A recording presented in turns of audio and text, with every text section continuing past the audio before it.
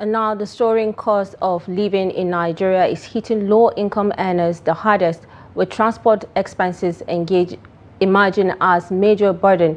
As commuting becomes increasingly unaffordable, many are forced to adopt extreme measures, raising urgent questions about the sustainability of work in today's economy.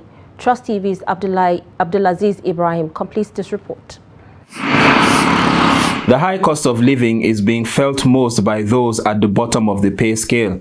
For these street sweepers who combine this job with others, they struggle to make ends meet despite avoiding paying for transportation altogether. Yes, I combine this job with that of a night guard, but both jobs are not still enough for us. I come here before 6 a.m. until when our supervisors come. At 6 p.m. I find my way back to where I work as a night guard. In cities across Nigeria, daily commuting has become a major challenge for many workers. Since the hike in fuel prices, for many low-income earners, the cost of getting to work now consumes most of their monthly salary.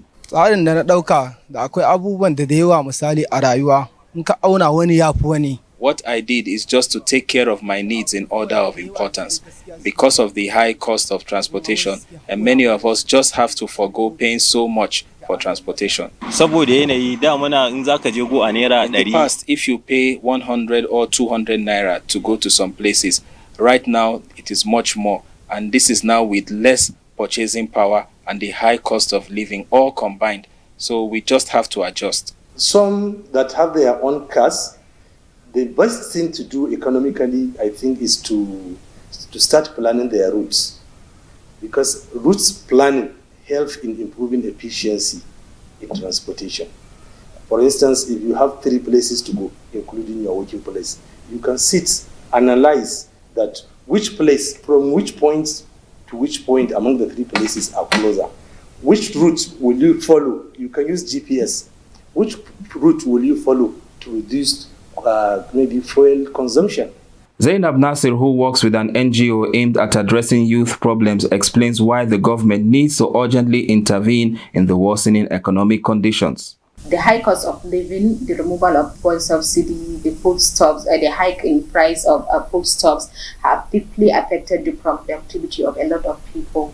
Anybody that, if you are working, you understand that some people demotivate and demoralize a lot of workers because they don't want to come out, not because they don't want to do the work, because they have this fear that they are going to be broke if they say they want to give their all, going to places to maybe that is going to contribute immensely to the way they do their work. So we have been calling on government to do some initiatives that will ease how people can, so that people can be productive and have some kind of ease. The pressure of having a demoralized workforce is forcing employers to rethink operations. Today, you hardly see a worker that is going to his working place 5 days a week. And some even rationing among the staff in a particular department or in a particular unit. If there are 5, 6, 7 staff, some of them might come for the first 3 days in the week.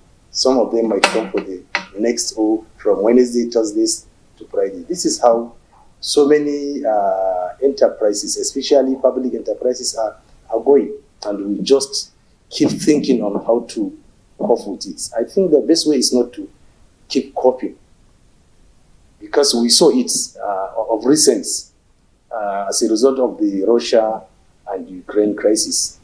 There was rising cost of energy in Europe and the United States. But what they do, they come up with policies to subsidize the costs of energy, especially natural gas, electricity, among others.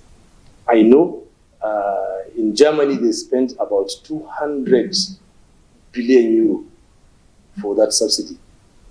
UK spent over 80 billion pounds. France spent over 40 billion euro to subsidize electricity, natural gas, and the rest for about 2 to 3 years. But we just keep coping in Nigeria. We don't agitate for government to come with policies to subsidize these materials. As Nigerians grapple with inflation and the high fuel price, one question remains. Can workplaces adapt quickly enough to retain their workforce and keep businesses running? Abdulazeez Ibrahim, Trust TV News, Kano.